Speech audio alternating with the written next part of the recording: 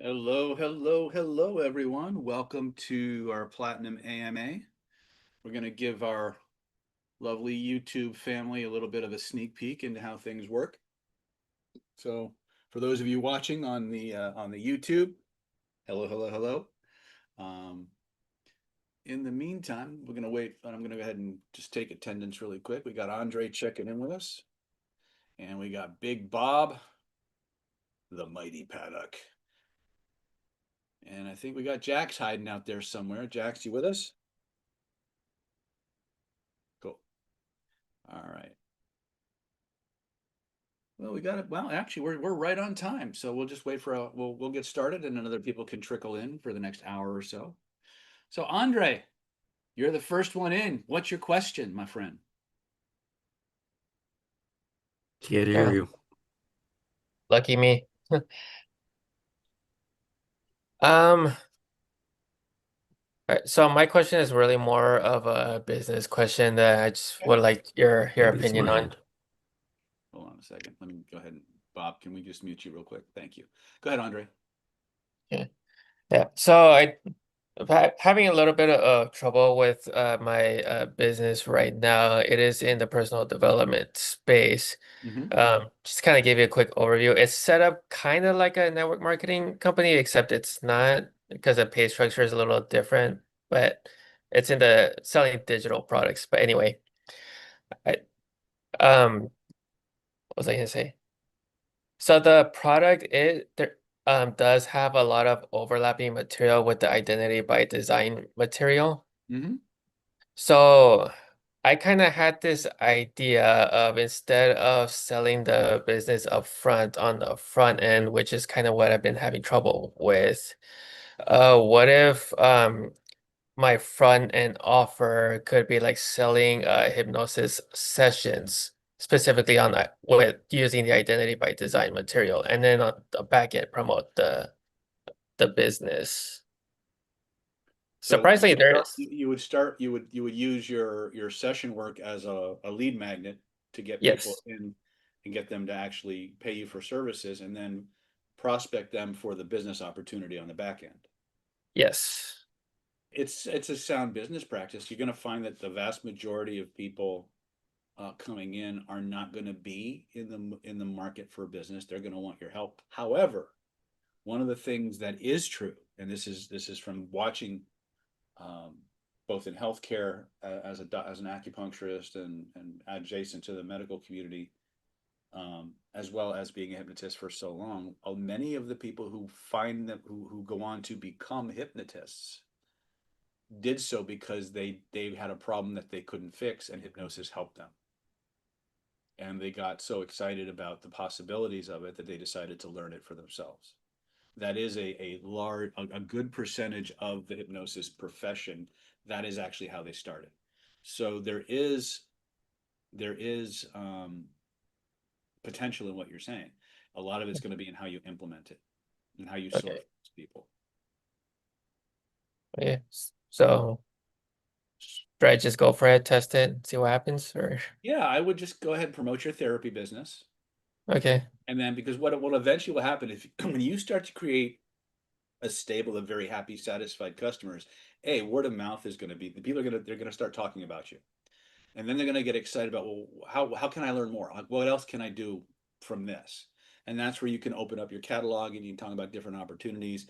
But the biggest piece for you is you've moved them from a prospect to a customer, Mm-hmm. actually paid you money, but has experienced your services, your skill sets, and gotten the transformations that they want. So they're very happy, they're excited, they believe in you. So if they're interested in a business opportunity, then this isn't sometimes the business opportunity just sneaks up on it. They just want to learn how to they just want to learn how to do what you do, right? Okay.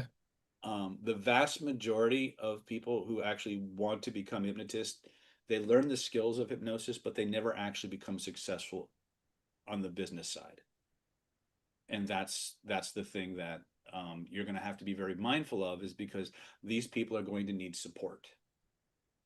So if you're going to promote a business offer or make a bit or give a business opportunity, I'm saying this in advance to avoid your heartache in the future.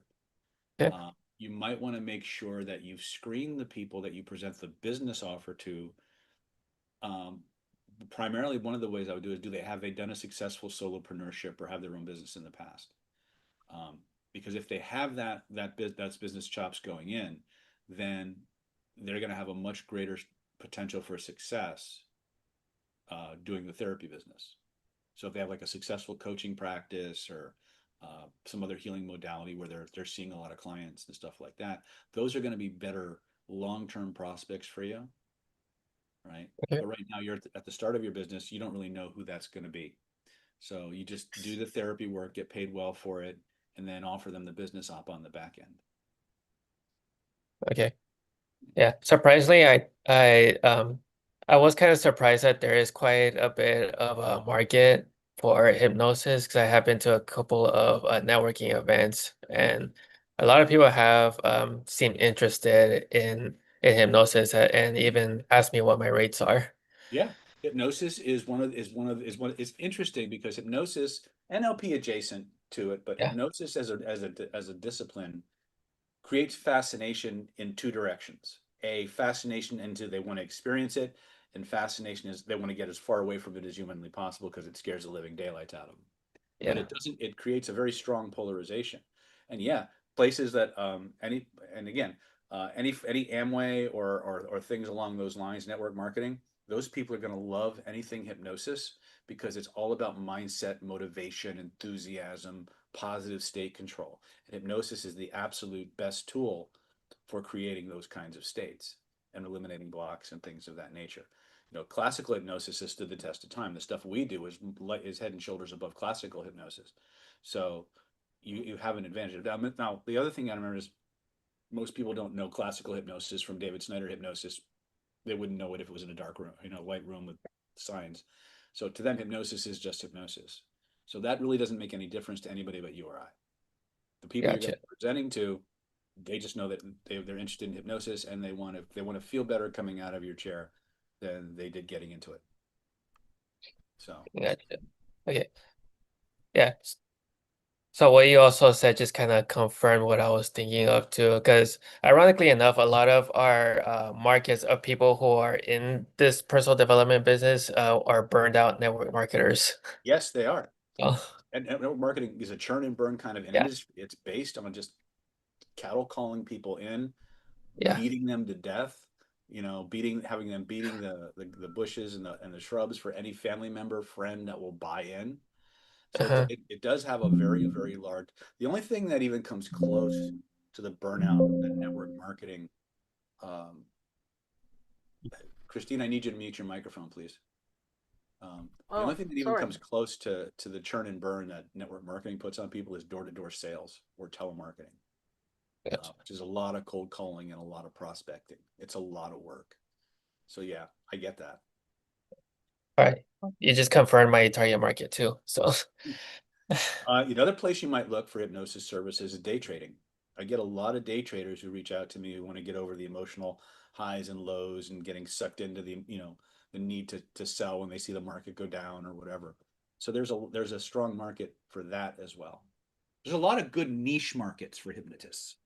Um, so once you find one that's viable in alignment with the kind of client you want to service, then Mhm. just go in.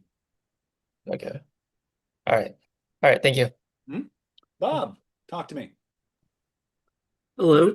I've got three questions that I'm not sure relate in any way at all. Okay. Uh, First of all, how would you handle somebody who says they're an experiencer, an abductee type, You and mean like they an want, alien abduction type of a thing? yes, How and would I handle them? I would handle them no differently than any other client, honestly, because to me it's all the same. yeah, I didn't know if there was any concerns about bringing back false memories or anything like No, that. see, you can't bringing back false memories is usually what actually cures them. Because if they've got a false memory, somebody put it there, right? Now, if the hypnotist themselves who's doing the therapy work is not well trained and doesn't understand how to avoid leading questions, then you can install a false memory. But usually what I see in things like an alien abduction type a phenomenon. And by the way, as a hypnotist, I don't care if the abduction is real or not, because what we're dealing with is an unconscious metaphor, whether the metaphor is an actual lived experience or it's something more terrestrial that happened and it's given this extraterrestrial costume to wear. The structure of the story is the same. And that's, from a neurolinguistic perspective, we go beyond the content to look at the structure.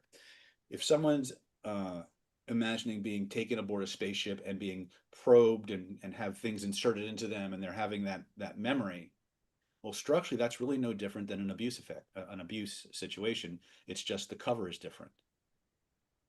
Right? You understand the structural similarities I'm describing. Yeah. So when we look at what's happening in the mind of the client, we honor their reality. If they believe that they were abducted by aliens, and that's the metaphor that we work with, we step into their model of the world and we help them navigate through it, because regardless of whether that memory is a real abduction memory or it's something they've built to deal with trauma of some kind, it's the same nervous system doing it. This is no different than when we deal with generational trauma. Regardless of where the memory was originally encoded from, it was passed into that system, but it was encoded by a system using the same dynamics that everybody else's system uses: visual, auditory, kinesthetic, olfactory, gustatory distinctions, and metaphors. That's it. And then there's the structure. The same rules apply. It doesn't matter when the memory was created. It doesn't matter where the memory was created. It's made the same way from the same stuff. So we always, again, this is David's approach. Some people, they don't like it, but I find it works best. We always honor the person's model of the world. So if they believe that they were abducted by aliens, it doesn't matter whether I believe aliens exist, whether I believe they were abducted. I work with that as if it's 100% true in their world. And we navigate it from within. And that's what usually gives you the least amount of resistance and the greatest amount of compliance and cooperation. And that's what gets them to freedom. But you're never going to really be, anytime you go head on with a client, you're going to create resistance. You're going to get pushback. And we do our systems eliminate that. We avoid it. Okay. Thank you. Next question. There's something that happened. I don't know if you're familiar with Lilydale, the largest spiritualist community in the U.S. It has a long history. I'm not actually familiar with it, believe it or not. I'm kind of a hermit. Yeah, well, I got to give a mediumship reading at the Stump, which is unusual for a non-Lilydale medium kind of thing. Congratulations. That's Yeah, big. thank you. Relevant to here is, how might you combine hypnosis with mediumship to improve either or both? They're already combined. Remember, hypnosis, from my perspective, classical definition of hypnosis, and I'm saying this largely not for you, but for the people who are watching from YouTube or whatever. Hypnosis, the classical definition of hypnosis, is the bypass of the critical faculty of the conscious mind and the establishment of acceptable selective thinking. Mediumship is the suspension of the conscious mind and allowing the unconscious mind to open up to an outside force that can be channeled through and expressed. So they're almost the same thing. So you can use hypnosis if you want to become a better medium. You can use hypnosis to program the unconscious mind to be more open, to be more aware, to be more perceptive, to remove the blocks and fears that might get in the way of being a good medium. So there's all kinds of what's sort of remedial things you can do with hypnosis, but you can also do generative hypnosis, where you can give them that when you open to the spirit, more of the spirit can come in and you can experience the world through their seances and things like that. You can give all kinds of suggestions for that. So I am not a big, I'll be very upfront, I am not a big fan of just letting spirits come in and take over. Right. So if I was in a situation where that was something that had to happen, I would be building in, using hypnosis and whatever other disciplines I have at my disposal, which is considerable. I would be building in all kinds of safeguards and bailout mechanisms and things like that, because The rules of spirit are very simple. If you invite something in, it doesn't have to leave. And I experienced that. I actually had a dog that saw something that I was not aware of. Mhm. He he said, "Well, Bob's nice. I wasn't barking at him. I was barking what came in the door with him." Yeah. Right. So, and again, the study of entities and that's a whole discipline in and of itself. And clearly, I've studied that, but it's not stuff we talk about a lot in an influence class, because most people aren't as weird as we are, you know. But one of the things that happens is these things can be invited in, or they can force their way in, or they can slowly indoctrinate you and groom you into being a symbiote for them. So, but people who engage in mediumship, that's opening the door and letting something come in. And remember, if a human being can lie to you, so can a spirit. Hmm. And that's what people don't realize. They think that these spirits out here that are knocking on your door are exactly what they say they are. And the truth is a lot of times they're not. They're something else completely. Yeah, that I'm very aware of. Mm-hmm. Next question. I have an interest in stage hypnosis. Not that I want to turn anybody into a duck or anything like that. More like if presenting to groups, what do you recommend for a path in that direction? Justin Trance has a really good stage hypnosis class. Richard Rumble has been known from time to time to mentor people on stage hypnosis. Um, there was a guy that actually Richard learned from, and he loaned me the home study course, and he was really, really good. I think his name is McFall. Scott McFall, I think, is the name. I think he had a stage hypnosis class that he taught for a long time. He may still be around and be available. But those are the ones that come to mind. Mark Cunningham used to team up with a guy named Michael Dubé, and they used to teach a stage hypnosis class, but they haven't done anything in decades that I know of. So those are the people that I would recommend, or I would start with, that I know teach. Okay, thank you. All right, Jax, are you with me? I'm with you. I'm trying to get the glare out of my phone here. I really don't have a whole lot to talk about or ask about right now. Going through the same old for the most part. All right. I'm still doing my exercises and writing lots of. I can't believe how much writing you can do. And I've been getting a lot of insights. Mm-hmm. But nothing that'll help my situation so far. But I have yet to see an oncologist. I'm waiting for the referral to come through. It's come through, but I'm waiting for them to call me. So. All right. Well, I'm here. You still got some session time accrued, so if you need to, Yeah. you need to get some work done, you just pick up the phone or send us an email and let us know. Okay. I'll do that. Thank you, sir. Mm-hmm. Okay. Simi, my God, Simi, I haven't seen you in forever. Hello, Dr. David. Can you hear me? I can hear you. Lovely as ever. I missed you so much. A lot had happened, and I have a lot of questions now. I don't know how much time I have for the questions, but before I get into that, I want to say something. Okay. When I first joined the Planet David, it was in 2022 January when I was doing the face reading class, and just before that class, just one day before that class, you showed up in my dream and you told me that you have questions, I have answers, and I'm like, okay, I'm jumping in.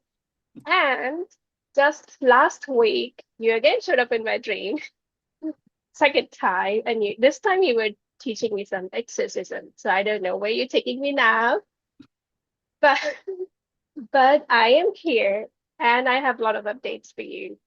So with all the tools I got from you, I met a test in terms of Dark Night of the Soul. It felt like 2024 was the entire stretch of Dark Night of the Soul experience. In 2025, I was like getting out of it.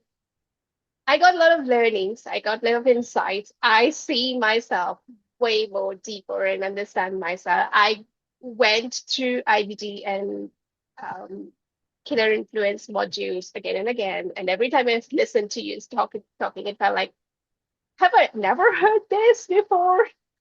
And it was like, why am I feel like I'm listening to this for the first time? But it was clicking at the deeper level. And with all those things happening, there is, which my questions are about, that there are few things which is still the same as it was back in 2022. And so before I get into those things, I would like to ask my first question, just like, how do I stop staying in my head and more into body? Because one of the realization I had was I was way more dissociated with my body, and I've been conditioned since childhood to live here and very less here. Mhm. That's it's a very common problem. In fact, it's probably easier to say that it's more prevalent than most people realize. And it was that way long before the advent of the internet, but the internet has only made that more a problem. So the more active we are cognitively, the more energy rises from our lower centers and it lodges in the head. And so what happens is when the energy lodges in the head, these centers become hyperactive, they become overactive. Okay. And the more energy is up there, the faster these wheels spin. That's why the never-ending thoughts and the constant hamster wheeling and the ADD and the feeling of anxiety, like you're not moving fast enough, or things are not getting done, and you're not fully connecting with people because the energy's up here. We're basically talking heads because of the way we spend the vast majority of our day. Now, if we want to stop that, we have to get our energy from up in these centers, we have to get it back down into here. Right. And that is the big secret, is if you can put your mind in that belly button area inside and just dissolve into that, what will happen is when your mind goes to this area, it pulls everything down. The first thing that happens is your energy will start to go down, then the blood will flow into that area. And then the serotonin, which is largely in the digestive tract and in the intestinal tract, will be released into the bloodstream. And that'll cause you to have a feeling of safety and comfort and calm and peacefulness. But it will also quiet the chatter because the energy is being pulled down. And so these naturally wind down, these spin up, and you start to get more physically pulled into your body. And when you do that, the body's physical vitality starts to improve and increase. And so that's the core of what most of your qigongs out there are really trying to do, is get you back down into this space cognitively and dissolve into that and lower and that creates a deeper proximity to the ground, which allows more ions to leak into the body, which is what improves the overall health. Great book you guys might want to pick up is by a guy named Tennant, called Voltage is Healing. And he talks, in fact, I sent a video clip of him talking about how the transference of ions is what leads to better health. And you can get that from pets, you can get that from hugging a tree, you can get that from gently moving water, things of that nature. So moving your mind down into this lower center actually puts you closer to the earth, where more ion exchange can actually happen. So on top of the cognitive benefits, there's a physical vitality component that comes from this too. Now there's whole sciences, ancient sciences, which we call Qigong or Neigong or Daoyin or whatever, that are based on this idea. But to get out of your head and into your body, you have to move it to this area, and you have to do things that keep your attention down here. Now, I'm not sure which of my classes that you've taken. I know I don't know that you've done any in person, but I know you've done IBD, right? Have you done Killer Influence? Yes. Killer Influence, IBD, face reading. Okay, so Killer Influence, we talk about the sphere of influence exercise, where we're connecting with people and stuff like that. When you allow yourself to move your mind into this area, or we talk about, better yet, the hakalau posture that I taught you. Guys, do you remember hakalau? Mm-hmm. Okay, that will quiet the chatter because it syncs up the visual and the kinesthetics through the physiology. Once that happens, the internal dialogue shuts off. And you'll tend to stay in that quiet state for as long as you maintain the physiology. But you use that now as a way to get back into your lower center, which is the space between your perineum, your belly button, and the fourth lumbar vertebrae known as the Mingmen. That area is your lower Dantian. And that, if you can put your mind there and just keep it there, you don't have to do anything else. Just having the mind there will start to pull energetically and electromagnetically into that area, and everything else will start to calm down and slow down. Now, one of the things the old samurai used to do, and this was for combat, but it was still the same idea, is they would take a pad or a ball or a coin, and they would stuff it behind their obi, which is their belt. And the pressure of it there would constantly be pulling their mind, their attention back to it. And that would cause their energy to sink into that lower Dantian. So it just started to be there as a matter of habit. Right? So this is a big deal. And it's taught everywhere, but it's not really, people don't really appreciate or understand why it has to be there. Right? So that's the fastest ways I can tell you to slow down the mind chatter is posture and breathing. And then putting your mind into the location where it pulls the energy out of those centers. Does that help? And yes, and is the pulling the mind up to lower Dantian, is it similar to or is connecting to my center? Yes. Or that Well, would you have three centers, right? Each one is a vibrational correlation to one center. All centers are connected, but the vibration that they radiate at will make it appear in different locations spatially. So when you start in the lower Dantian, we call this the Jing level. As the energy fills here, it naturally rises to the heart, and the heart opens and fills. That's called the Shen level, or the Qi level, I'm sorry. And then the energy will fill the heart, and then the upper center will activate, and we call that Shen. And the idea is all of these should be intercommunicating. Now, most systems, they break that up for whatever reason, right? You can get peace in the lower center. You can get peace in the heart center. Most of the time this creates a kind of dissociation, which is also a peace, but it doesn't get us back into our bodies. It actually gets us closer to merging. Yes. And that doesn't help us because we become so heavenly minded, we're no earthly good. Like we're in this constant state of bliss, but we can't balance our checkbook. Right? And that's not good if we're going to stay in a body. So the lower centers have to be strong, and they have to be something that you can move between if you want to develop your spiritual faculties and your spiritual abilities. Thank you. Makes sense. Second question. With all the work that I was doing, I realized there's a lot of shame involved in the components that were not moving for me. So the things I was trying to achieve and not achieving and still stuck and getting back, there was a lot of shame. And when I realized it, I always thought it's fear, but then I realized it's a combination of fear, guilt, and shame. And to me, shame felt very heavy, very mountain-like. And though my mind always pointed down, like in the pelvic area, every time a memory triggers, it reacts first here in the throat. And I've done some work with your Aussie group, Fran. She has done a few sessions with me in clearing the throat area. It's better now with her sessions. She has done total 5. But still, every time I think of shame, it points down. But the first unconscious activation that happened here with like getting dried off and as if something is pinching in. So my question is, with all the behaviors that has these huge clinging of shame with them, how do I clear that shame and change the behavior? Because I feel like the shame is like very heavy and it's just pulling me stuck. And also, can we notice where the shame is on the face from the face reading perspective? Shame is usually in the cheeks. Shame and despair, grief, they're usually earth and metal based. So that's usually where you'll see that. So is it this area? It's more in here. Here and here. This is where we'll see a lot of guilt. And guilt is shame adjacent. So you'll see if it's very fleshy in here. A lot of times that's where that can be an accumulation of guilt, which can also block the third eye.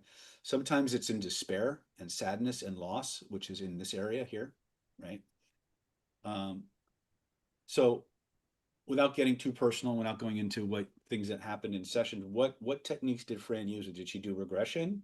Did she do magic frame? What techniques did she do with you? She did a combination of many during the session. So there was one session where she just asked a question and I answered that I want to play and I just stared down.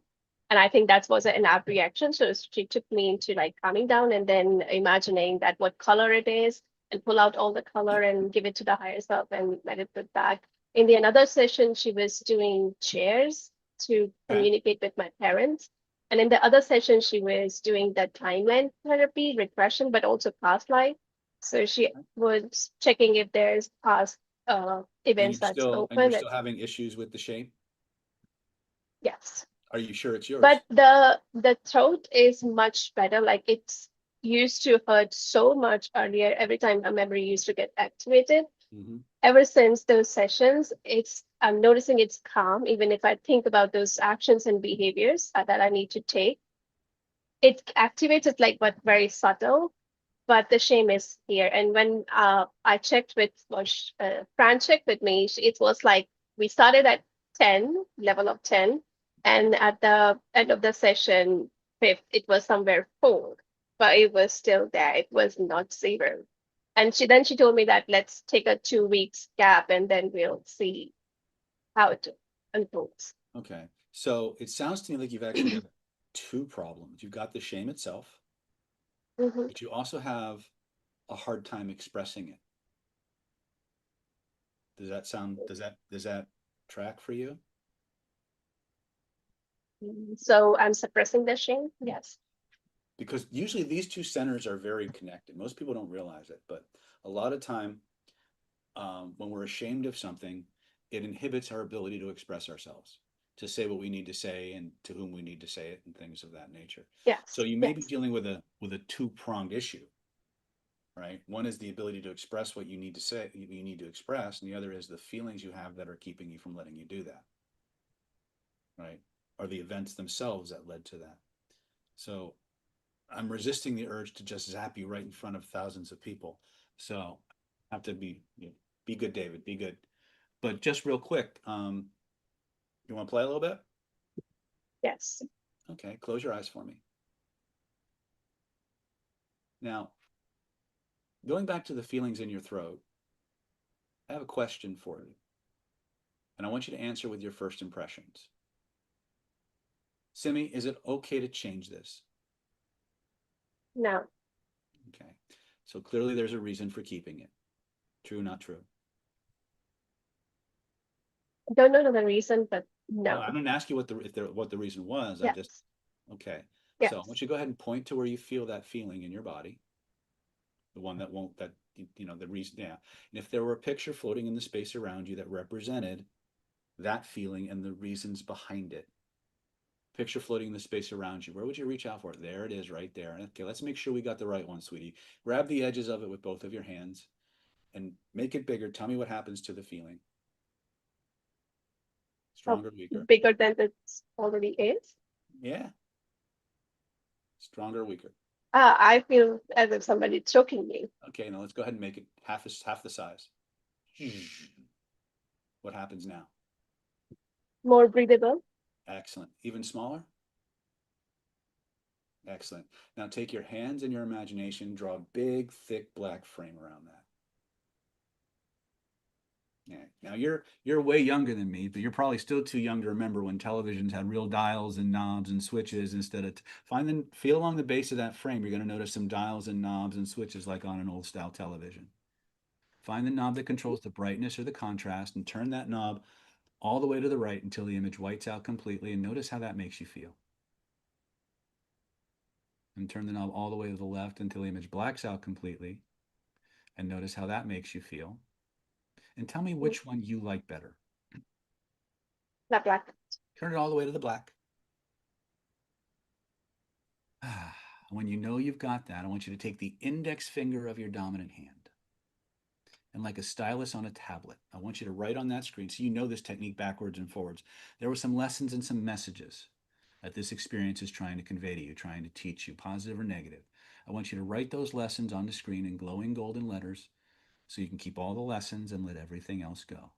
Now, Simi, the screen will scroll like a tablet scrolls, so you have an infinite, unlimited writing space. When my wife does this, she writes for 40 minutes at a time. It's like she's writing a chapter from War and Peace or the Holy Bible or whatever. So however long it takes you to get everything, all that stuff out, you just go ahead and do that. If feelings and emotions come up, put them on the screen too. As they come up, they come out. As you feel it, you reveal it. As you reveal it, you heal it. That's it. Solve, dissolved, and resolved from the body. Solve, dissolved, and resolved from the mind for all the right reasons. You just keep going. I'm right here.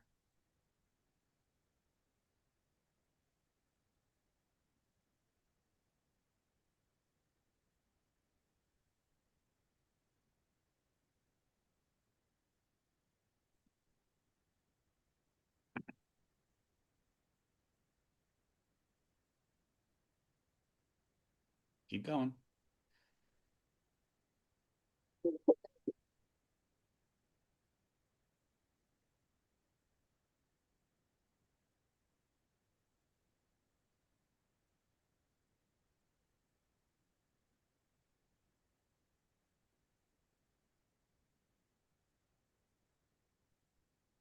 Doing great. Keep going. I'm right here.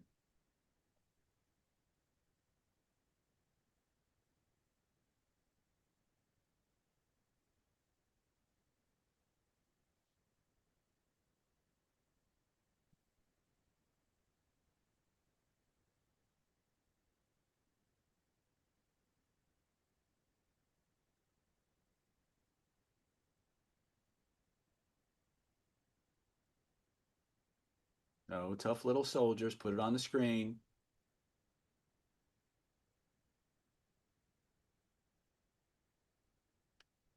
Yeah.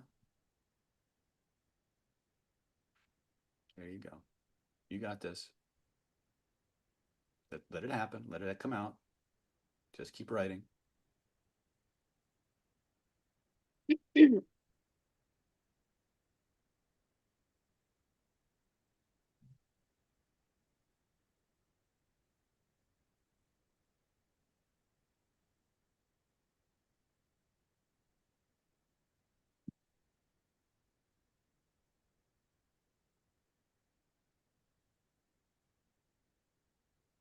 Keep going.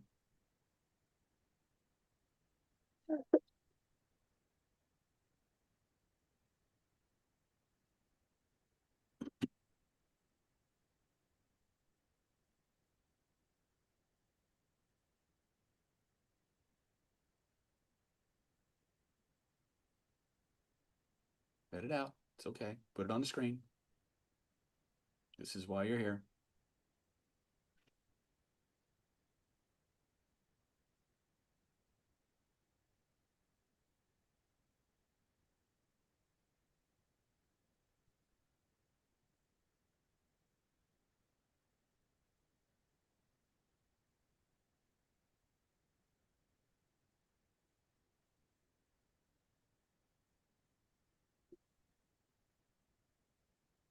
Yeah.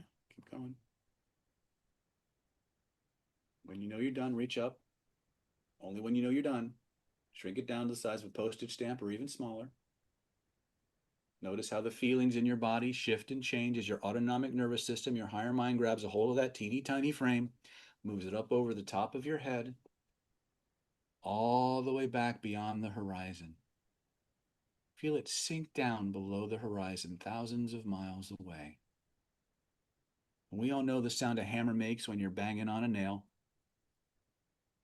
Feel it nailed back there for all eternity, impossible to come back. That's right. When you know it's nailed back there for all eternity, impossible to come back, Simi, I want you to test it. Try to bring the old feelings back. Try to turn the new feelings off. Notice what happens instead. Take all the time you need to let that sink in. And when you're ready, go ahead and give me a report. Tell me what's happening.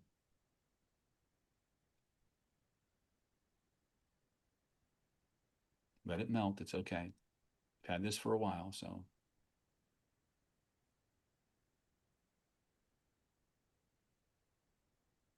Welcome back.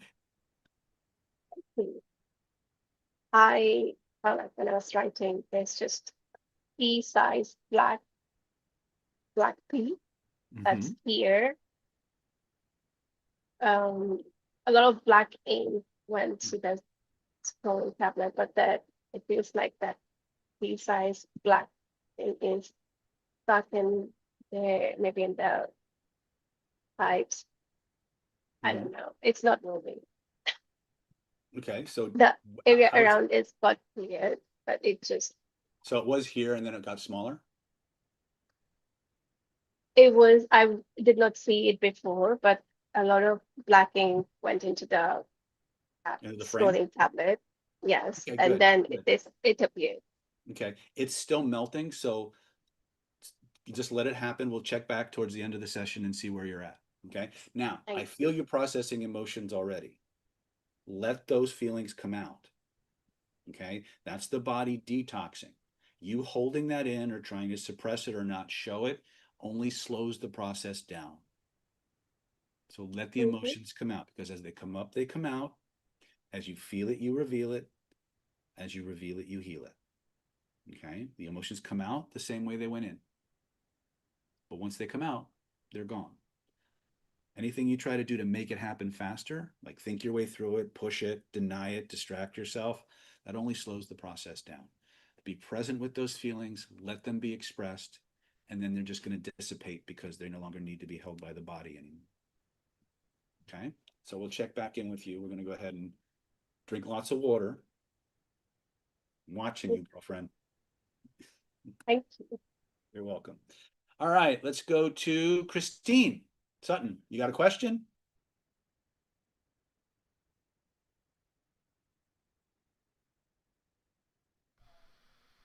Yes.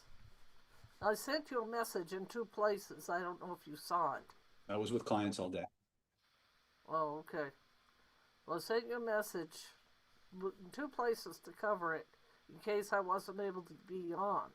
Mm-hmm.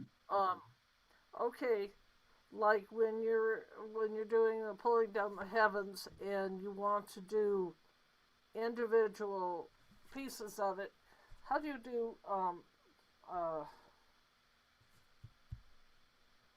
how do you do um where 2 or 3 is shoe? How do you do Oh, that? two issue? Two issue Yeah, is how do easy. you do that continually where you're still because see I don't you're just visualizing it already there. Yep. So how do you visualize it? Well, you know how to, can you visualize it standing in a puddle? Yeah. Can you turn the puddle that you're standing in into beautiful golden energy? Okay. Can you imagine the golden energy pooling around your feet and then growing roots and sinking into the core of the earth? Well, the thing is, I thought each individual piece could be done separately because Yeah. you said that's how that's taught. Yeah, and that's exactly how you do it. You go through your So one. 2 is 3 is shoe, and No, then two is 4 shoe, three is is tree. fruit. Two is shoe, three is Right, tree. 3. Right. So So you're what you just do is you, slowly watching it go down to the center of the earth from the yeah, well, pool. you can just imagine standing in the puddle for as long as you want until you feel like you've gotten that segment of the meditation down really, really well, and then sink the roots and then just stay with the roots and become Right, very present with the roots, and then add the next phase. right, and have it come up Yeah. and go over top of the head Yep. and down into the lower dantian and just let that sit for a while Yeah. before you come up and go through the arms and run that Yeah. continually. Yeah. The sequence of the process doesn't change, but the amount of time you spend at each phase can, Right, and that's what depending I'm on what trying you to want to. figure out. How to Yeah. stay in the in the shoe stage without going to the next stage. You have to train. You just have to practice it. Because what will happen is you're so used to going through all 10 stages really Right, fast. So they're anchored together. So you just right. have to resist going into the next phase and bring yourself back. Okay. Well, the thing is, it seems like it seems like you're sort of driven to, you're standing in the puddle, and then you can see it slowly seeping down. And Yeah, that will happen because, see, again, we talk about fire school versus water school, right? In Yeah. water school, you just stand and dissolve and everything happens automatically. In fire school, you do this process and then you do this process, and when you get a certain manifestation, you do the next process. But what a lot of people don't realize is that a lot of the techniques in fire school are natural stages of manifestation from the water school. So when you're standing there and you just imagine yourself standing in so when you just sit there and you imagine yourself sitting in a pool of energy, if you do that long enough, you'll grow roots. You'll automatically start to grow the root, because that's the next progression as the energy builds and it takes on, and parts of you start to thaw out, energetically speaking. But you have it, and a lot of you guys who are training with me kind of got a double whammy, because not only did I teach you the segments, I taught you to go through them very, very quickly. So not only so you're trained to just go from 1 is fun, 2 is shoe, 3 is tree, boom, right? But if you were to just stand in like 1 is fun, and then go into 2, your roots would start to grow eventually. That's pulling down the heavens. That's not 1 through 10. What is that, 0? Pulling down the heavens is a separate phase before you begin the 1 through 10. Okay, so that would be like 0, and then you can think of it like a 0. Okay. I wouldn't, but you could. Well, the thing is, then I have no way of connecting them together. Well, what matters is how you connect them, and it works for you. Although that's fine. I'm not attempting to argue with you at all. I'm just trying to make sort of a causal relationship between that and the other, because when we start on 1 is fun, where's the other thing that we already do? And it's like, did you forget about it? You see what I mean? Not especially, because what you've got, when you look at the pulling down the heavens, the 1 through 10 and 3 divine invocations, you're looking at 3 phases of a preparatory practice. So the first one, the pulling down the heavens, 1 through 10, pulling down the heavens is a cleansing. It's an energetic squeegeeing of your 3 bodies. Right. And then the first part of 1 through 10, which is 1 is fun, is basically the same thing, but also activating the energy gates through the smile and having the good feelings. Right. It's creating a state in you that is joyful and happy, which opens the heart, and it opens the back of the third eye. And so now when you start playing with the energy can flow more unobstructed through the system. Right. Okay, and like at number where you're connecting with the North Star, and your legs are down into the earth. How do you run that one singly? I don't understand that. You just imagine it. So it's kind of like, you've done Sphere of Influence, right? You've done Sphere of Influence, right? Yeah, I've done Sphere of Influence, but I don't remember an awful lot about it. Okay. Do you remember how we do it? We create an energy bubble. We open it up. We wrap the person in a big hug. We set the intention that it's going to run while we do other things, and then we let it run. The same thing happens when you're doing 7 is Heaven. 7 is Heaven, you're expanding your spirit body, plugging into the pole star, plugging into the core of the earth, expanding your energy body to fill the universe as you see it. But once you have that connection set, you intend that it stays, and you just dissolve into it. And you just let it run. And then every time you start to find your mind drifting or going off, you gently bring your mind back to the visualization, and you dissolve again.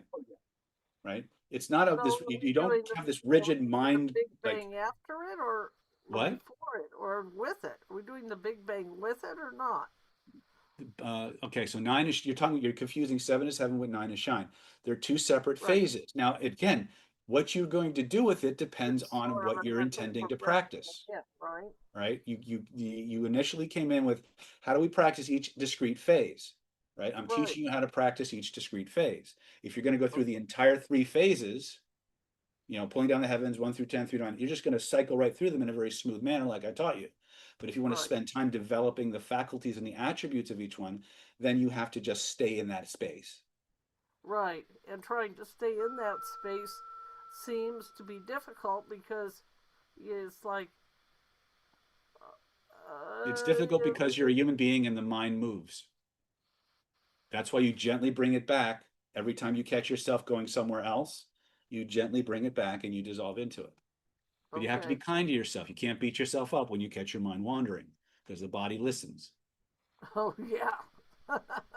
Yes. Okay. Got Okay? it. Appreciate that, David, Yep. because I've been arguing with that. I've been doing that, and then I'm going, wait a minute, how do I stay here?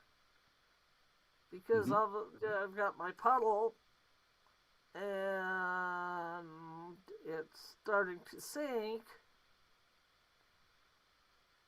and I'm going, how do I stay? Okay. The mind will always eventually wander. You just gently bring it back and start again. That's it. Right. You just wash, rinse, repeat, repetition. Okay.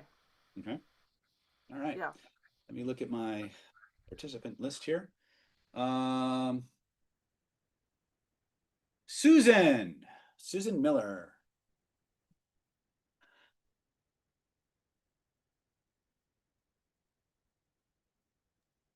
I think I already got most of what I needed. Okay. Just had to way to stop the dog barking while I'm trying to talk on the internet. Okay. Namisha's waiting to come in. All right. Let's look at my list. I think Dave was next. Dave. Hello. Hey. So, I don't remember what day I talked to Simi. Simi Well, might she's here now. You remember. can ask her. It was maybe Monday or Tuesday. But I so after like the last AMA, maybe it was the last AMA, I don't know. You were talking about chi borrowing. And I said to myself, "Oh, if I can stick things to wall, then I'll have made it." And then I saw a video one day of I've someone noticed two teaching. pennies sticking to your wall there, my friend. And so I saw a video one day of someone teaching how to stick coins to walls, and let me just chi borrow that real quick. And at first it didn't really work. Yep. And then I put it on and then it stuck. And was the smaller coins were easier. I do have a silver dollar, which I got to stay for like, 10 seconds or Yeah, something. that's about right. But then although it's not real silver, but it's whatever. It's the silver dollar, like the fake silver dollar. I've literally taken a flat throwing knife and stuck it flat. Maria on my sent me door. that picture. So because I was jealous of her because she was posting pictures of her doing it. And so then when I got it, I was like, I did it. But so when Simi and I were talking, I was talking about chi borrowing or something, and then I said like, oh, the coin trick, blah, blah, blah. She's like, I don't know what that is. So I was like, oh, yeah, let me show you. These have been there since then, Congratulations. since Monday or Tuesday. Your world just changed again. Yeah, but what's funny though is my mind was like, nah, it's not real. It's just physics. Yep, that's normal. That's Believe just that. physics. Let yourself believe that and just keep doing it. And then all of a sudden Okay. you'll get intuitions to do other things. Okay. And your brain will try to come up with a reason for why it's true. And just believe that as long as it works. Yeah. So how do you start sticking bigger things to other surfaces? How does that? You just do it. It just Just happens. like you did the penny. I'm glad you noticed the same. pennies. David, it's literally the same. It's literally the literally same. Yeah. Okay. So I don't need to be around someone that did it. I mean, it might be faster, but when you're around somebody who has a high level of skill or ability with this, your mirror neurons pick it up quicker and the vibration stays, so it's easier. And gotcha. then what you need to do if you want to be able to keep it, you need to surround yourself with images and pictures of people who can do that. You need to be around people who do it on a regular basis.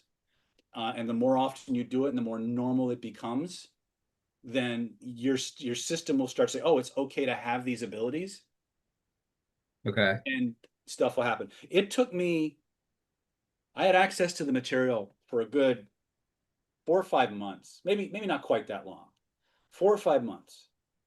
And I could not get a penny to stick to save my life. I just could not. I could not. And then for whatever reason, I decided I was going to share it with my megas, my high level students. And I started sharing some of the video work with them, and I started coaching them and going through it. And all of a sudden I'm sticking shit to walls. Like, because I had to change. Right. And after that, I was sticking things everywhere. I was sticking stuff to walls I'd never been able to stick anything to before. I had things, I had like 5 or 6, aside from the spoons and the weird things I showed you, I was able to magnetize metal. I was able to weld vegetables together, which all my megas can do now. All of them can do it. Right. But it started with the coin stick. Something small, something simple, but repeatable. You just need it to work once, and the dominoes start to fall. If you Yeah. But the thing, again, this goes back to something that I've said to you guys many, many times, and I'm going to say it again as long as you're in Planet David. Your friends, your environment, is stronger than your will. If you're not around people who do this and have the same passion for it as you do, who look at it as weird or not cool, or why are you doing that, or devil worship or whatever, that's going to be a negative. And when you're starting to develop these PK abilities, you can't let the negativity in, right? You really want to hack yourself, teach a kid to do it, and then watch the kid doing it all the time. That would be The thing fun. about kids is they don't know they can't do something. There's a 4-year-old staying at my parents' house right now. That's exactly what happened. One of my megas brought his girlfriend, because they get VIP tickets. They can come to one of our super private retreats. And he brought his girlfriend, and we were doing mindsight, and we were doing psychokinesis. And this woman, she was a prodigy with mindsight. She got 15 out of 15 with a blindfold, right? But before he brought her to the mega event, he taught her how to stick coins to walls. So she went home and taught her 5-year-old. And then now they're having contests about how many they can stick to the wall, how fast, right? And that's how you get good at this stuff. You need somebody who can prime you. You don't need 30 years of Qigong to get the phenomena. You need training in Qigong and energy to maintain and build on the phenomena. But the ability to do these things, you have it because you're a human being. You just need somebody to flip your switch and light your candle. Then it's up to you to keep it lit. Okay. Why does it feel, you said something like, once I felt it was okay to have these abilities. What I feel like that's true with almost any ability, like even copywriting or ads, or like it's like I have almost this, it's almost like I don't know what it is exactly, but even with like copywriting or something like that, there'll be this sense of like, I'll be like, this is gonna work. And then, but there's like this very strong disbelief that just feels like, oh, it's wrong. Like if this works, something's wrong. Yep. And then so it's almost like I don't want it to be right, I guess, on some level, like, because it's like there's that resistance that's saying, well, if you're really good at copywriting, there's something wrong with that. Like something is wrong there. Yeah, and I find that kind of strange, but I find it somewhat universal with other people too. Yes. But anything that has any perception of like a strong ability seems like, hey, you shouldn't do that. You shouldn't use that. But most of the really high level people, or gurus or whatever, or, gurus, whatever, I feel like a lot of times they just do it like they just think it's normal. Like they just write the copy and they make they make 100K in a day on an ad, and they're like, that's really good. And like to a normal person, that doesn't even make sense. That's bizarre. But the thought that you could do that feels intimidating, wrong, even. I feel like almost on some level, even almost like maybe morally wrong, or like there's just something. The ability to stick coins to walls, there's something wrong with you. You shouldn't do that. Anything, like whatever it is. So I don't really understand that. Yeah. But what Um, you're seeing, what you're experiencing, first of all, at the most basic NLP style level that I talk to everybody about, you have two sets of beliefs, don't you? Beliefs you know about, beliefs you don't. Right? The moment you stick a coin to a wall, there's a conscious belief that, well, it's possible. There's an unconscious that says, no, it may be possible, but you can't do it. And what you're feeling is the dissonance between those two beliefs. There's a paradigm war going on. What's provable and experiential and what you've accepted is true up to that moment. so you're saying the conscious mind accepts it, but the unconscious mind is not accepting, basically? I can't say it's conscious and unconscious. I Okay, can't say one part of you accepts it, one part of you doesn't. gotcha. It's a parts conflict because there are certain rules that you've accepted as true that are really just made up, right? Yeah. They're what we call unproven or untested truths, and we have lots of them, right? And when we experience something that flies in the face of that, we go through a trauma because what we've accepted as true now suddenly isn't, and we have to decide which truth to embrace. And the one that was there the longest and the strongest has the most juice. It feels almost like a social conflict on some level. Like there's like a tribal aspect to it that Yes, says because like, that's no. sticking. Now here's the irony. Every single person in this Zoom chat, every single person watching me on YouTube can do what you just did. They can put coins on the wall just like you did. Because we all have that ability. It's not special. It's just locked. Gotcha. It's locked because there's a part of us that is accepted at a deep level certain types of social contracts that this is the culture, this is what's allowed, this is what normal people can do, this is what abnormal people or weirdos can claim to do, and anything that doesn't fall in that narrow band of the social contract or the ego contracts that you're operating by is wrong because it's different. The moment you live this, one of the things I did for myself is the moment I started sticking stuff to walls, I just left it there. The first time I welded two vegetables together, I let it sit on my counter for weeks, right? Because I needed to see it every single day to remind me and reinforce that this is actually true. This is real, right? Because you'll go back to sleep. And that's what you're feeling a lot of times when you do these things. In the environment and the context, I'm surrounded by people who stick shit to walls, surrounded by people who can drive with a blindfold on, right? I'm surrounded by people who can magnetize metal just by holding it. You're surrounded by people who do that. You're in an environment and a context where that's the accepted reality, and so you can do it. But the moment you leave that context, that environment, those people, that reality, another paradigm tries to take over.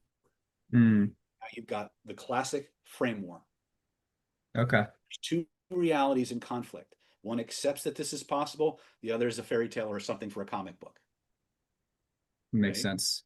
And then you have to decide what world you want to live in. Gotcha. Okay, sweet. Thank you. All right. You're welcome. All right, let's go to Emilia.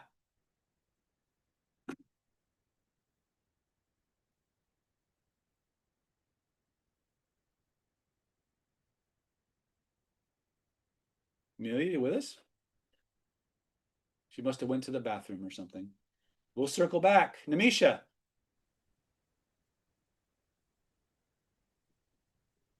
David, thank you Hey. for taking my question. I'm just curious, are you doing any kind of podcast circuits? Because I feel like what your work is, it's so powerful that more people should have access to it. I thought about it. I think I'm definitely not against doing podcasts if people would like to host me or something like that.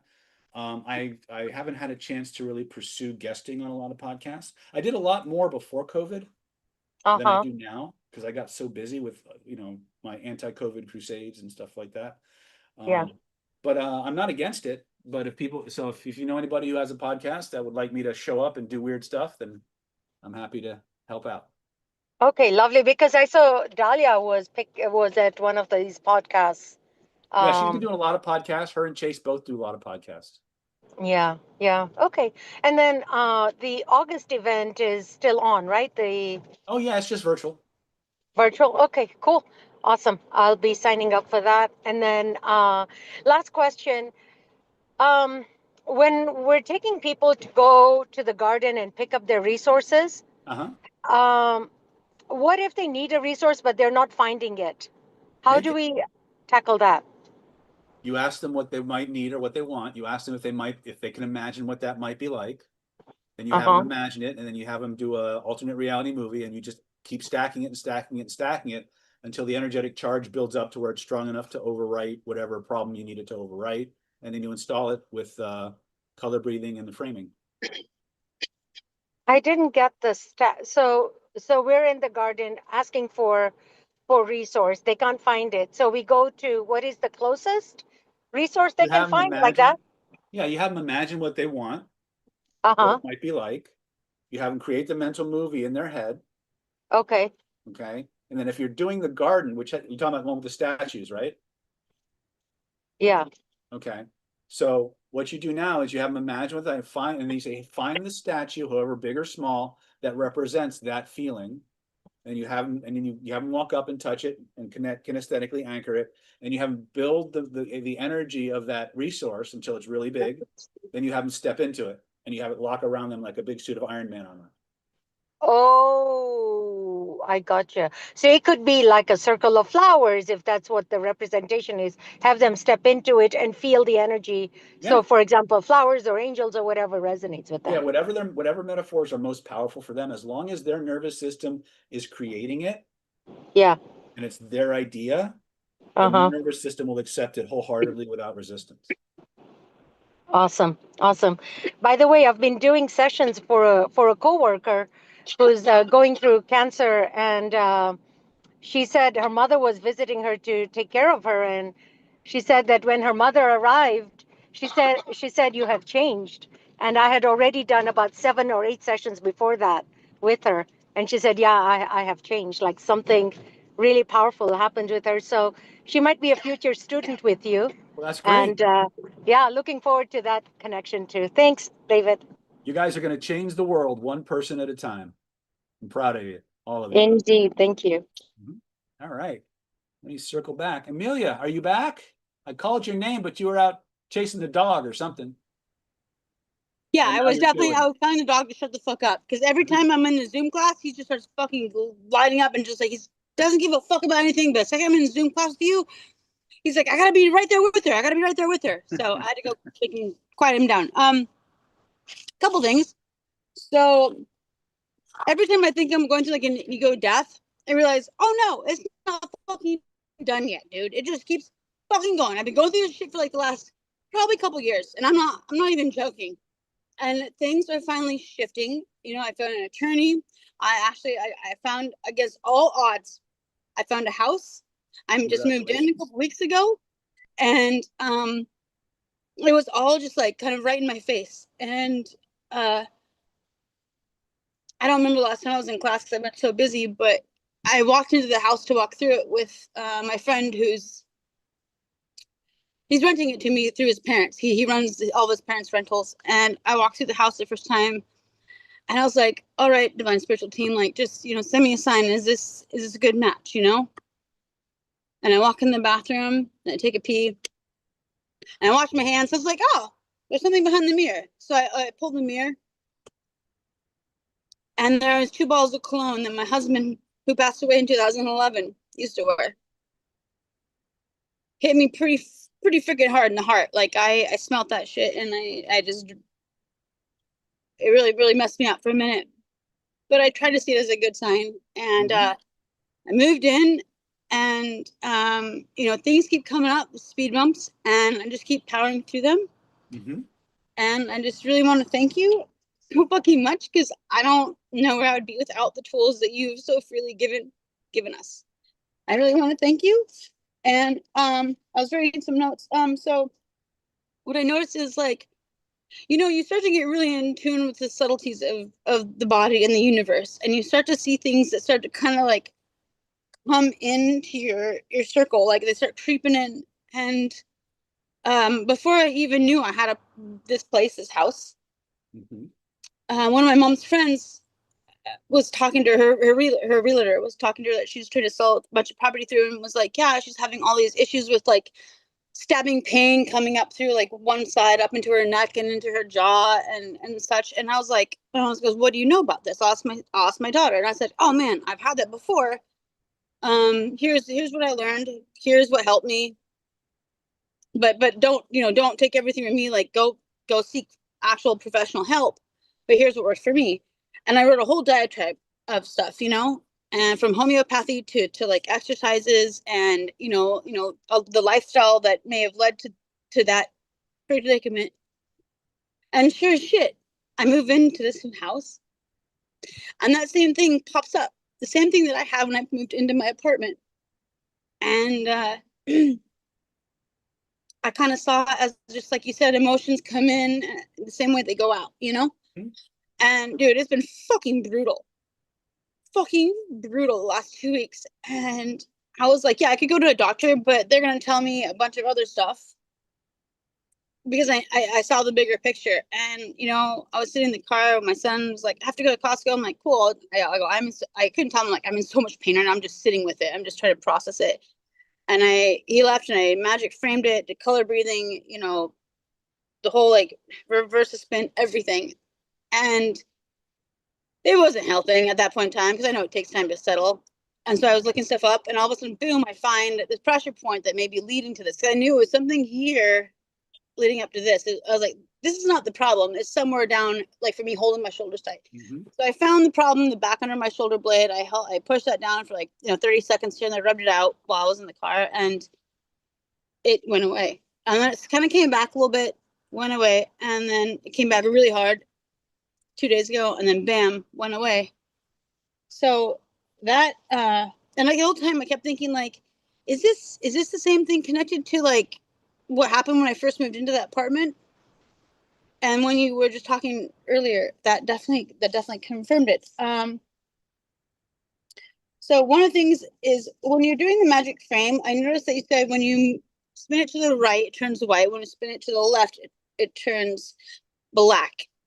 Is that because the right is like kind of towards your future, and the light, there's more data, and the left is like your past? Is there a connection between the colors with those two? Okay, so it sounds to me like you're combining spinning with magic frame.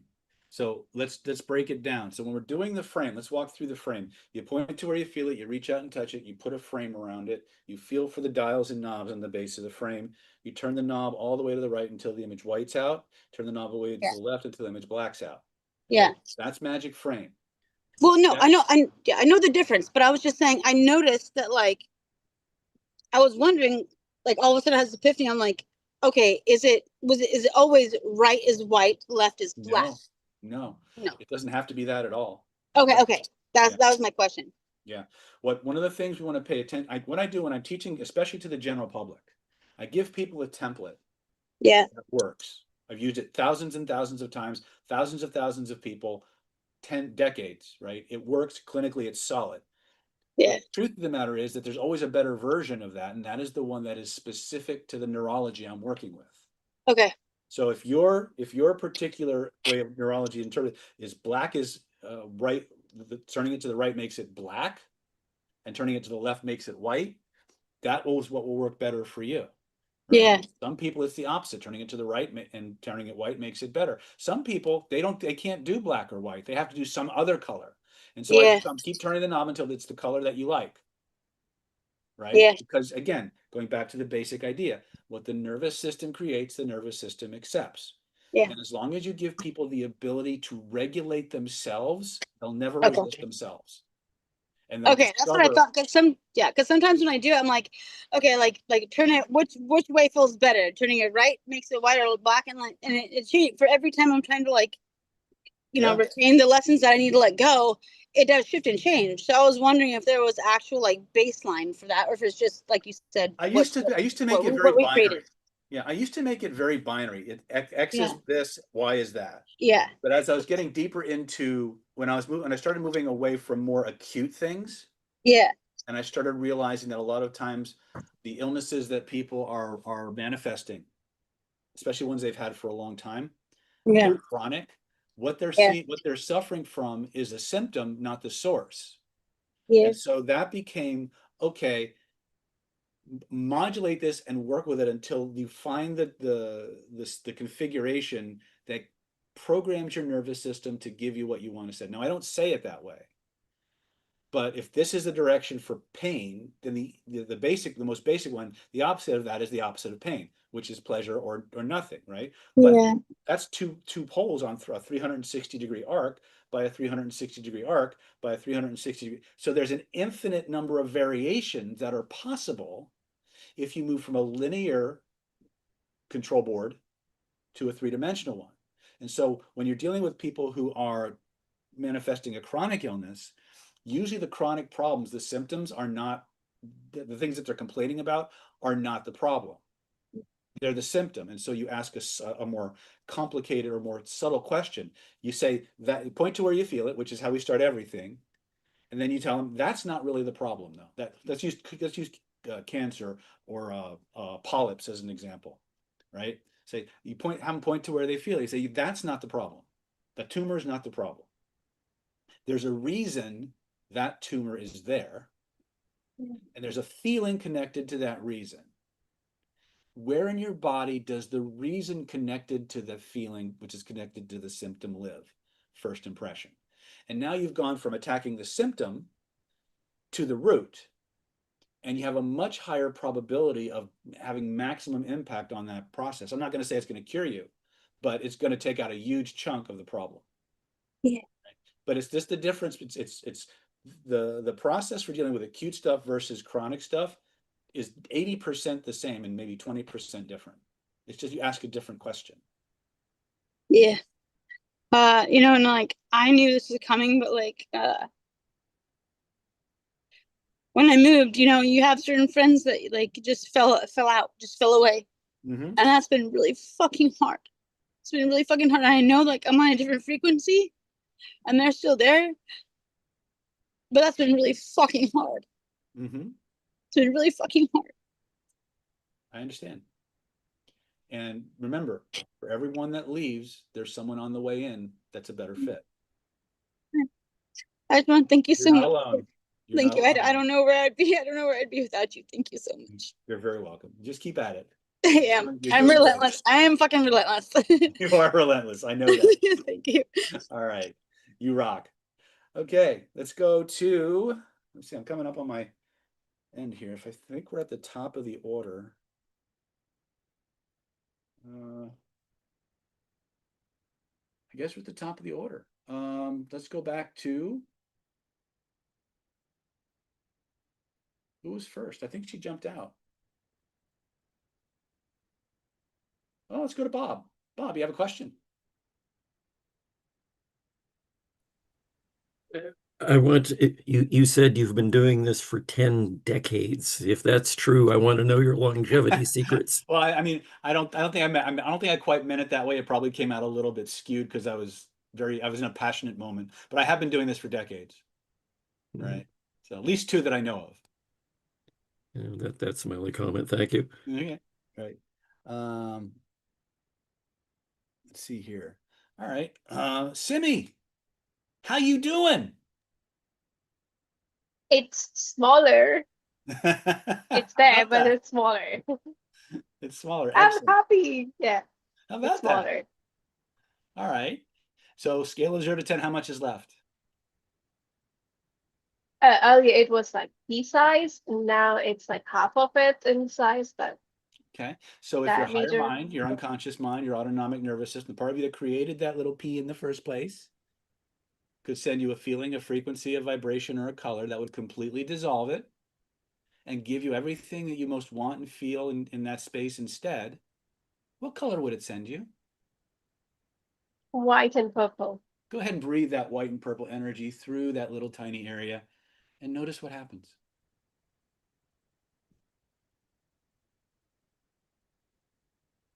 Take your time.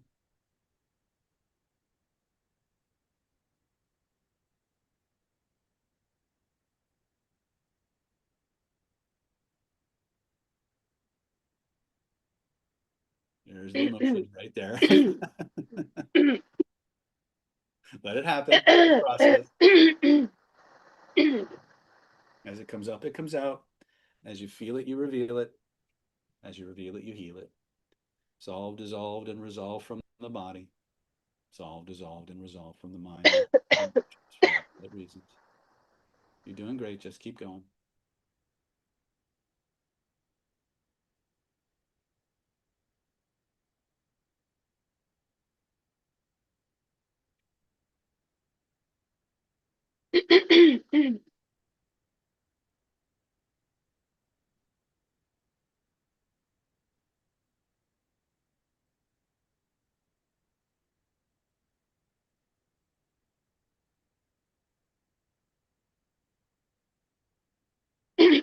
It's very tiny, but it's sticky now.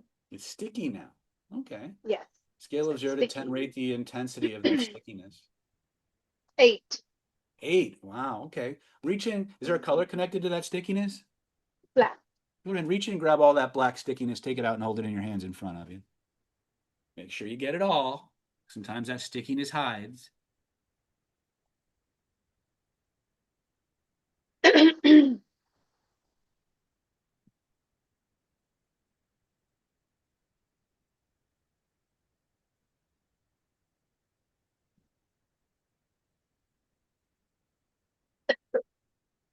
Keep going. I got you. I do this for fun.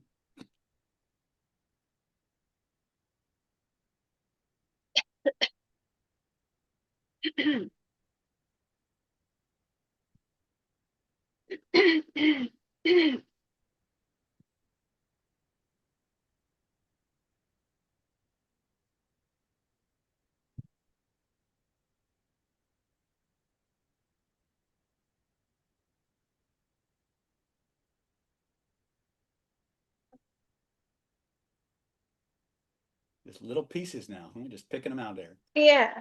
It's pretty Yeah. interesting, huh?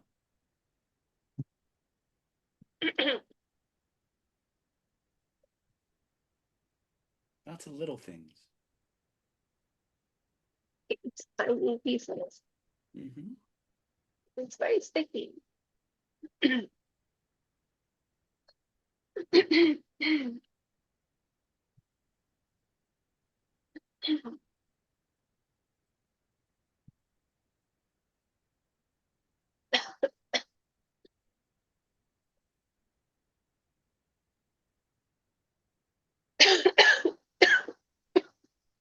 Keep going. You got this.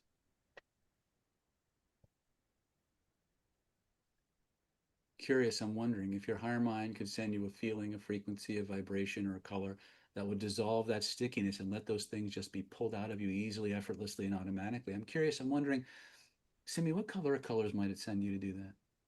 White. Go ahead and breathe that white energy through those sticky areas and notice what happens.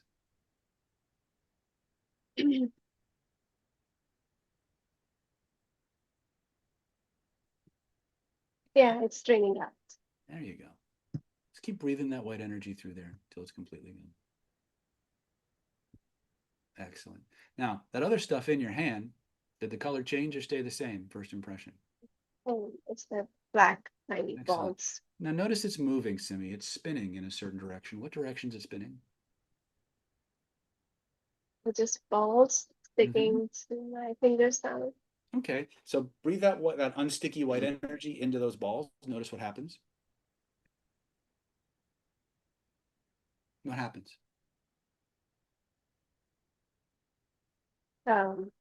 It's spinning now. The balls Excellent. start spinning. Perfect. Now grab it with both of your hands. And I want you to experiment with the direction it's spinning until you find the exact direction that gives you the exact sensations and feelings that you want instead. When you find that special direction, I want you to double the spin, double the speed, double the force, Double the magnitude. Keep doubling it, Simi, over and over and over again until it takes on a life of its own, until it's impossible for it to go back the way it was. When you know you've got it, put it back into the spot you took it out of. Faster, faster, faster, faster, faster, faster. Impossible to go back. Faster, faster, faster, faster, faster. When you're ready, slam it back in. Notice the change. Notice it's gone. Notice as this new program works its way deeper and deeper and deeper into your system. Any program, any belief, any memory, any experience that's not in harmony with this new set of instructions, your neurology is going to begin to shed. It's going to begin to purge, like a snake shedding its skin like old software, being uninstalled by newer, better, more powerful software. Simi, there's no need to measure it or manage it or make it happen faster. Just notice the process taking place. Allow it to install itself completely, and when you know it's done, it's locked in, test it. Try to bring the old feelings back. Try to turn the new feelings off. Notice what happens instead. Many times as this new program works its way deeper and deeper and deeper into our system, our body goes through all kinds of interesting changes and transformations. Some people break out in a sweat. Some people laugh. Some people yawn. Some people cry. Some people twitch. Some people just feel waves of emotion coming up. However your body does it, Simi, that's just your neurology resetting itself. It's just the emotional detox. That's right. No need to measure it or manage it or make it happen faster. Just notice the process taking place. Allow it to install itself completely. And when you know it's done, test it. Try to bring the old feelings back. Try to turn the new feelings off and notice what happens instead.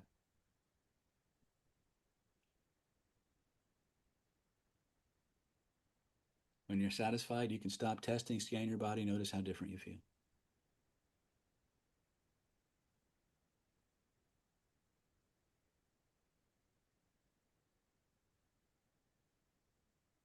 I can breathe better. Excellent. Well done. Congratulations. First round of applause, folks. You did good. All right. I have time for one more question. She just jumped in. Julie Holmes, you're up. Well, On the it spot, girlfriend. looks like I just missed the best part. There is a replay. Okay. No questions. I just jumping in, saying hi. All right. Well, hello. All right. Hi. Well, actually, that's about all we have time for. But David, I have one question, if I can. one question. Wow. You're so demanding. Okay. What do you got? So continuing what you were telling today about this conflicts arising where one feels like a fairy tale and one feels like, yes, it's possible. A lot of my current situations are lying in that conflict. And I was talking to Dave about that. So like how one part of me wants to be tap into my full potential and know what I can be, but the other part says like, no, we're not going there. Let's be small, let's stay in the box, but there's a huge desire to break out that box, break out those perceived limitations and step into. So what to do with those conflicts? Decide what you want. I want that. Okay. Do you want that more than you don't want to give up the other thing?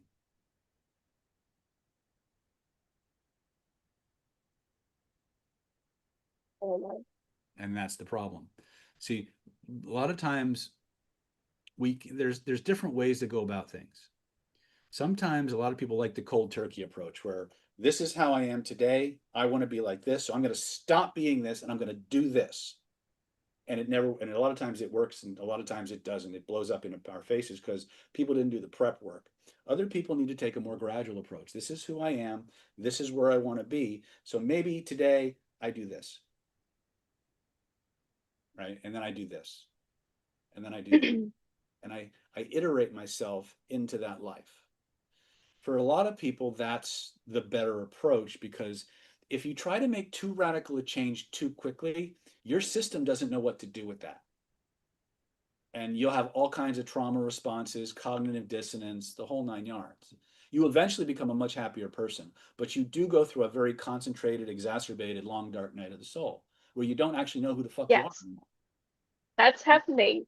right? I've been questioning what my sense of self is now And this is beyond that this is conditioning. and again, I'm going to get a little woo for you guys. This is the spiritual journey all of you face. One of the things my teacher Lillian used to say, that the more spiritual you become, the more antisocial you get. And I know what that sounds like on the surface, but let me explain that. For most of our lives, from the time we're conceived to the time we graduate schools, everything in our world is an indoctrination into a society, how to function in it, and how to conform to the norms and the values that that society or micro societies have said we should want, that should be right for us. And anything that conflicts with that makes us antisocial. But spiritual journeys are always, by definition, personal. They're specific, they're individual.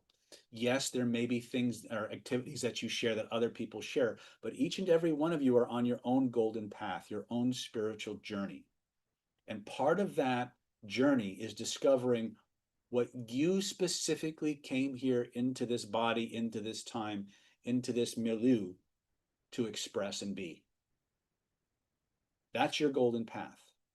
And many times that golden path, that fast track to your best self, is the one that makes you have to leave behind everything that socialized you to be a certain way, because it's not taking you in the direction of who you came here to be. It's taking you in the direction of who society wants you to be, what family wants you to be, what your spouse or your significant other wants you to be. And that is not the spiritual path. That is the social path. And yes, spiritual practices can have a social component, but each and every one of you are here to express your own unique identity, your own unique ability. There are going to be things that make your heart sing, that make everyone around you cringe. And that's okay, as long as you realize that what makes your heart sing is for you. But the people who see you doing something different than what's right for them or what they believe should be done because they've been programmed that way, that's the part that's going to attack you. That's the part that's going to do everything in its power to keep you the same, to keep you in the little box family and culture and society has put you in, because how dare you be something special? How dare you be something unique without our permission? But that's what each and every one of you came here to do in your own way, to walk your path, to become your ideal self, not the self that your mother and father want you to be, not the self that your synagogue or your mosque or your church wants you to be, not the you that the government wants you to be, who you came here to be, what's right for you, what you want to do, what feeds your spirit, what gives you the greatest chance to bring your light into the world. That's who you are. And everything else is a distraction. Spiritual paths and spiritual journeys for the real seekers is not an easy one, but it's the only one that makes sense. Right? And it's not easy. If it were easy, we'd all do it. Right? There's going to be things that you're going to love, and then you're going to outgrow them and you're going to have to let them go. But the people and for example, the people that it's time for you to let go, they're not going to want to let go you. And they'll do everything they can to keep you the same, to keep you in that little box. And that's going to cause us hurt. It's going to cause us to feel guilt. It's going to cause us to feel shame. It's going to cause us to feel all these things, not because we have it, but because they're giving it to us. Right? Remember, when people are in a situation where they have to change or leave and they don't want to change, they have to create an enemy. They have to vilify the thing that's causing the difference. It's not personal. It's just energetic and spiritual, right? It's because people are being put face to face with energies that in order for them to live in that world, to embrace that state, they have to let go of things and they're not ready, right? The beautiful thing about the path is that after a while you see the pattern. So you know what's coming and you know it's not going to be easy. And for a while it's going to suck, but you also know what's on the other side of it. And that's comforting because you know nothing is permanent. It's always the journey to the next level. right? And the person you become on the other side of it is head and shoulders a better version than the person who entered it. Right? That's my story, and I'm sticking to it. Right? All right. I guess last thing we do before I go off. Bob, top 2 takeaways from today.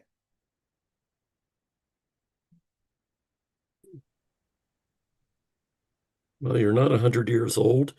I should You be know of. I should be aware of entities and attachments and put that serious thought to those things. Mm-hmm. Excellent. Dave, top 2 takeaways. Oh, I don't know. I should just leave these pennies sitting here for a while, I guess. I would, till they fall off and then put them back on. Well, actually, when I was talking to Simi, I spoke something out. They were sticking there at one point, and I said something out loud that would indicate that I wasn't able to do it. And the second I said that, they fell off the wall. How about that?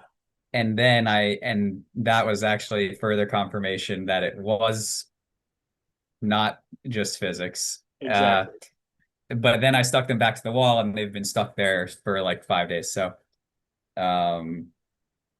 yeah, other than that, I don't know. I just have to sit with parts conflict and not force it, I guess. Life is a parts conflict. There you go. Amelia, top 2 takeaways.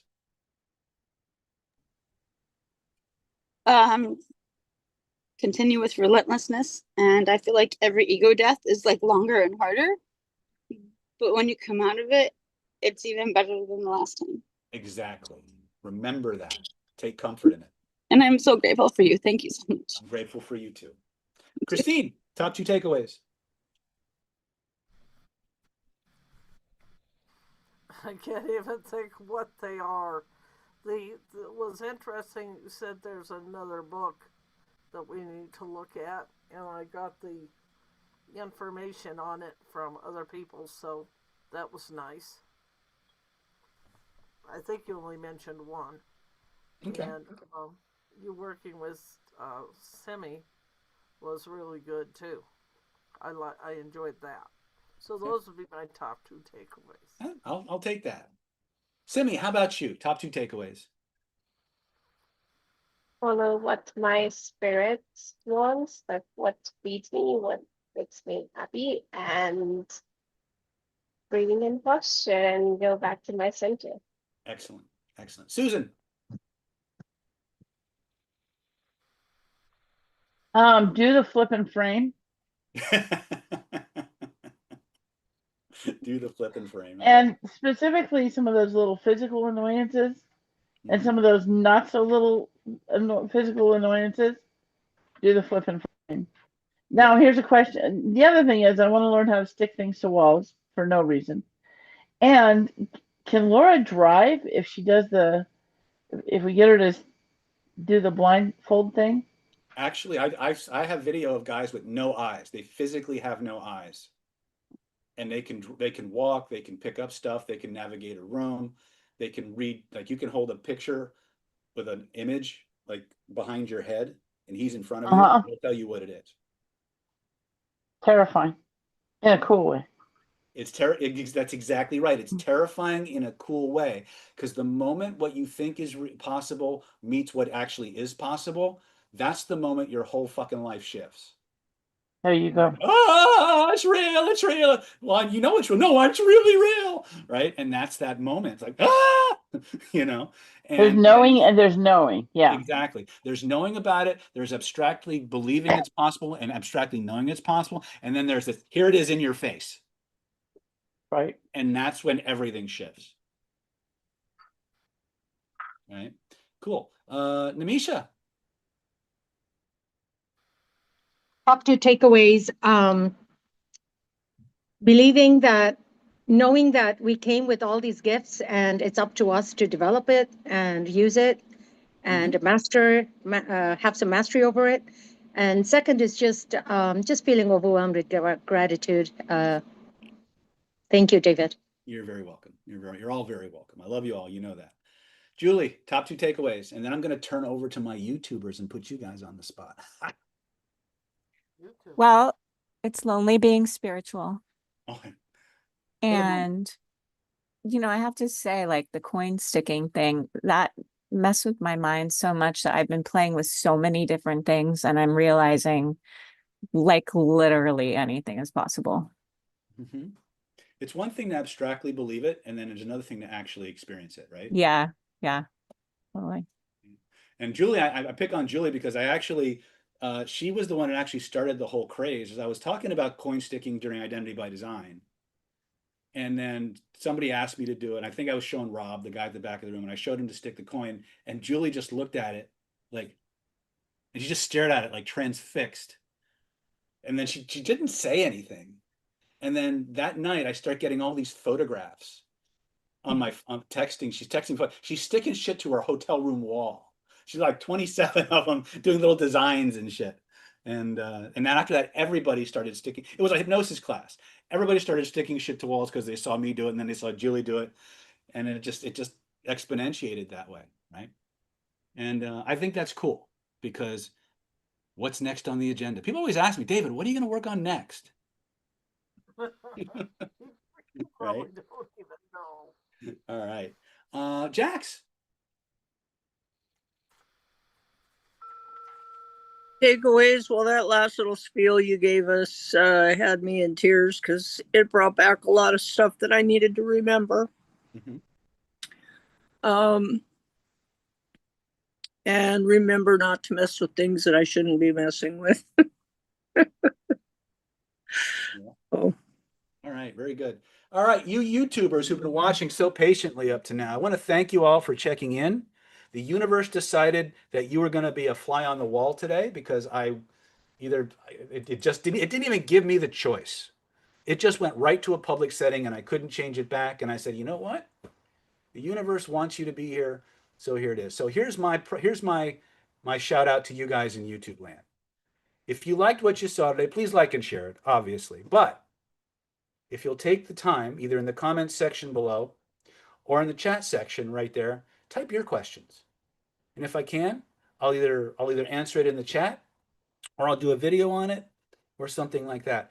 If you guys like the AMA process, we do them twice a month, first and fourth Fridays of the month, from usually around 4 or 4:30 to about 6 or 5:30 or 6 o'clock. It's part of our platinum level package on the subscriber channel. It's not a whole lot of an investment, and you get ongoing access to all the AMAs that we've done, and you can ask me anything, right? And as you see, every now and then I'll just zap somebody just to see what happens, right? I'm Dr. David Snyder. I love you all. Thank you so much for spending your Friday night with me.